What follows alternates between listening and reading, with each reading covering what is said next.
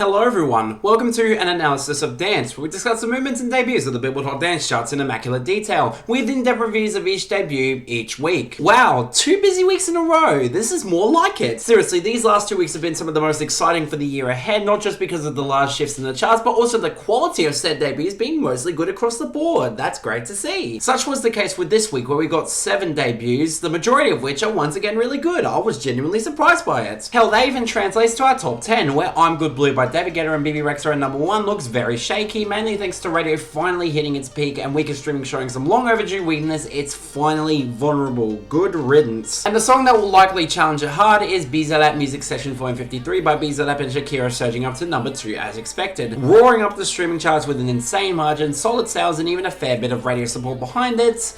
I mean, I don't think the streaming is going to hold at this level, but it is very welcome as a serious challenger to I'm Good Blue moving forward. Of course, this surge meant that several songs fell down a spot, notably both Hold Me Closer by Elton John and Britney Spears at number 3, and Cold Hard P&A remix by Elton John and Dua Lipa at number 4, the latter being in serious danger given the songs that will likely rise above it soon, and good riddance for that. Case in point, Miss You by Oliver Tree and Robin Schulz at number 5, which still has decent radio and streaming, but especially 1035 by Tiesto featuring Tate McRae at number 6, gaining bigger radio gains with streaming to match, is likely to overtake soon, and that's great news. Outside of that, BZAP Music Sessions Volume 52 by BZAP and Quackbit lost the streaming edge with no radio to help it down to number 7. Break My Soul by Beyonce is relying on inconsistent streaming at number 8. Numb by Marshmello and Khalid at number 9 has even shakier streaming holding it up. And returning to the top 10 as expected, Metamorphosis by Interworld is at number 10 on insane streaming, but literally nothing else. This is only here because Rumble fell ever so slightly, but I don't see it lasting in the top 10 much longer. But on the topic of things that didn't last, our falls and fall-offs, where we saw 3 massive songs finally exit, being Pure / Honey by Beyonce, as well as both funk smashes of Murder in My Mind by Cordell and Neon Blade by Moon Deity, all of which are most likely locked for the year-end list for 2023. Our falls, meanwhile, felt like stable songs getting knocked down by an influx of debuts. I mean, why else would In the Humor by Chris Lake and Arctic fall to 30, or Lionheart Fearless by Joel Corey and Tom Grennan hit 40, or Living Without You by Sigala, David Guetta and Sam Ryder barely fall back to 38. These will all likely rebound, and that's a good thing. They're all really good songs. Note what's notable comes in our other 2 falls. I mean, while I'm not happy that Toxic Las Vegas Jameson Shaw remix by Elvis Presley and Britney Spears survived it all this week, it did fall pretty hard to 34. I can only hope it continues to free fall. Nope, what's notable is Simply the Best by the Black Eyed Peas, Anita and El Alpha finally collapsing to 46. Mostly because pop airplay has completely abandoned it, and poor streaming means it will likely be on its way out, having done next to nothing on the charts.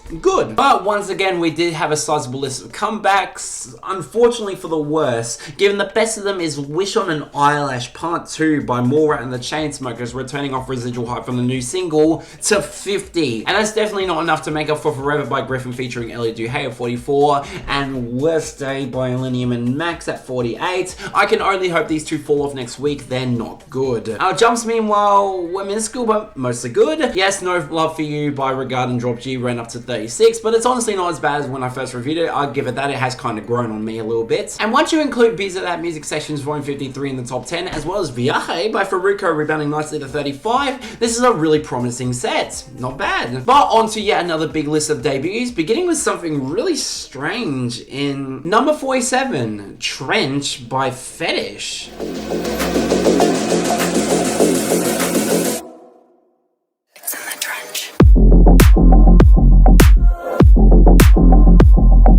I gotta say, the general public is really starting to surprise me with what they're giving attention to, because I was genuinely shocked to see this song here. For those of you who don't know, FETISH, yes, that's his name, yikes, is a house producer from Los Angeles who seems to have mostly grown a pretty organic following in the similar vein to Knock 2. With this song from his EP released in September last year getting a surprisingly large sales boost and charting on the dance charts, even despite not being the biggest song on that EP in terms of streaming. I was definitely excited, and yeah, this absolutely slaps. Funnily enough, for a producer known for his dark, heavy-based house songs, this leans more on gritty mid-tempo with some subtle vocal samples playing against the intense driving mid-tempo beats, with some incredibly satisfying bass and a really crushing atmosphere that sounds genuinely menacing. Seriously, the bass production on this song is goddamn great. Listen to this, especially the second drop with headphones, and you'll absolutely get what I mean. This is the sort of dark mid-tempo cut you'd hear from artists like Rezz or even Joyride, which honestly makes me really excited that this is getting a mainstream push. You rarely see songs like this chart nowadays from artists besides Rezz herself. So yeah, this is a really promising find from an act who has a ton of potential. potential. I'd like to see this get some organic momentum. It's really damn good. Check it out. Number 33, Gyrate by Rezz, Quackbit, and Wreckno.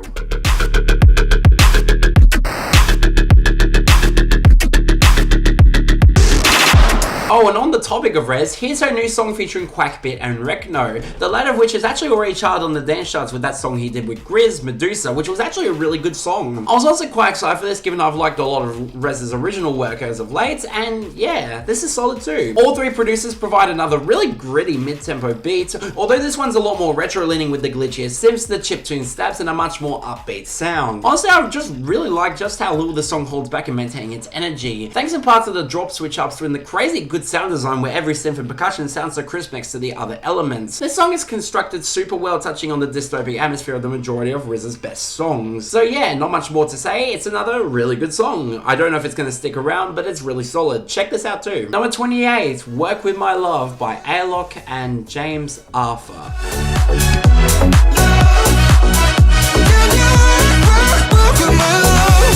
Okay, so I found myself surprisingly really liking Alok's recent batch of singles, and given how two of them have stuck around remarkably well, the general public seems to be actually agreeing with me, which is nice to see. But okay, new single with James Arthur, hopefully this continues the streak. Well yeah, I was once again impressed by this. I think it's worth noting that all the big singles from Alok in recent years have charted have really been built around samples. Deep Down sampled Crystal Waters and Kenny Dope, All By Myself sampled Depeche Mode, and this samples the Shapeshifters' 2004 classic Lawless theme. Now I was already familiar with this given how much I love Lawless theme, it's one of the Shapeshifters' best songs, so part of my positive views on Alok's take might be because of that, but honestly both Alok and James Arthur really build on the sample quite well. Alok's slap house beat has a lot more punch to it, especially in the bass, which is mixed really well and gives the song a ton of energy to it. The build-ups are really well executed where the sample is used to create a really nice anthemic sound, and the drops have some incredibly good groove where the sidechaining of the violins really adds to the punchiness of the whole song. I also got to give credit once again to James Arthur, who I think works at his best playing in his mid-range on dance cuts as shown here. I really like his vocal melodies, and the echoey backing vocals on the build-up sound really nice. If there's one thing I wish could have been improved upon, maybe it's the mixing of the actual sample where it does feel a bit quiet on the drops. Ramp up the volume on the violins and this could have kicked even more ass. But as it is, I really like this a lot. I hope it sticks around. Good song. Number 26, Alive by Kx5 featuring the Moth and the Flame.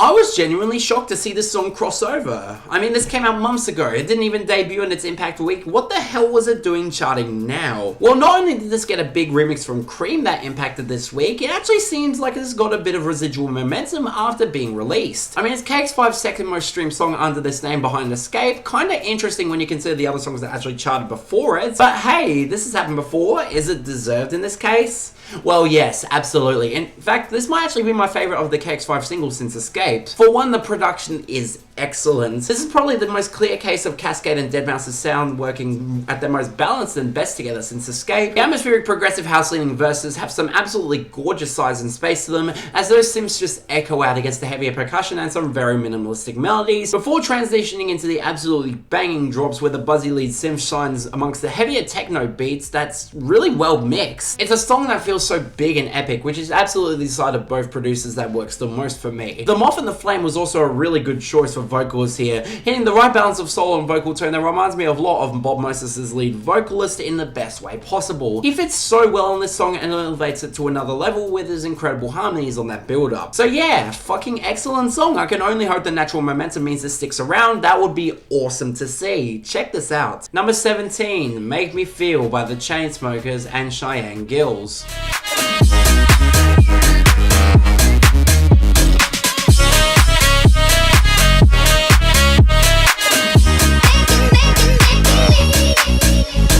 I will admit, I kind of had some expectations for this. Yes, I know it's weird to say that about the Chainsmokers in 2023, but their last few charting songs in the fall, Why Can't You Wait and Wish on an Eyelash 2 all showed they had potential with their house sound. And hearing this leans more on elements of tech house, I was honestly really curious. That being said, wow, I was really surprised at how well this turned out. I mean, yes, you could argue it's a blatant cash grab of the growing tech house revival of the last year, but the Chainsmokers honestly sound pretty credible in it, surprisingly enough. The heavier beat against the really satisfying bass lines, some nice distortion on the synths that hits particularly hard during the second build-up, a really credible atmosphere that makes the song feel so huge, great vocals from Cheyenne and Gilles that match the upbeat energy really well, and drops that, while a little awkward in the melodic transition from treble to bass, absolutely slap with how relentless they are. I was genuinely shocked by how much I really got into this. In fact, if I'm being honest, it might be one of their best songs to date. Yeah, I'm dead serious. Great song, I don't expect it to last, but it's nice to see it regardless. I like this. Number 16, a Milli remix by Lil Wayne and SIDEPIECE.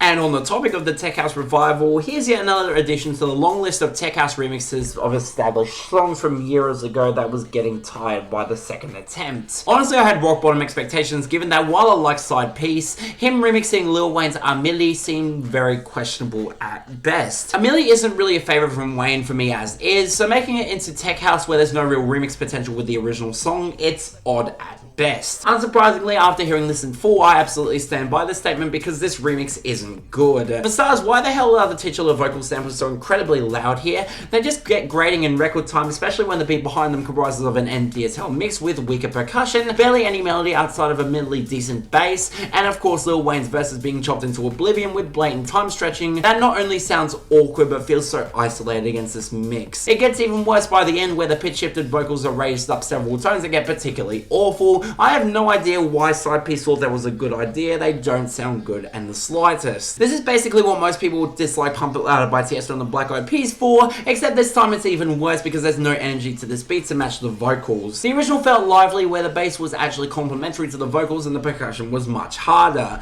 This remix feels small and completely devoid of charm. So yeah, this sucks. Taking a perfectly good Lil Wayne song and turning it to lazy crap, I'd skip it. And finally, number 15, Clouds by BUNT and Nate Traveler?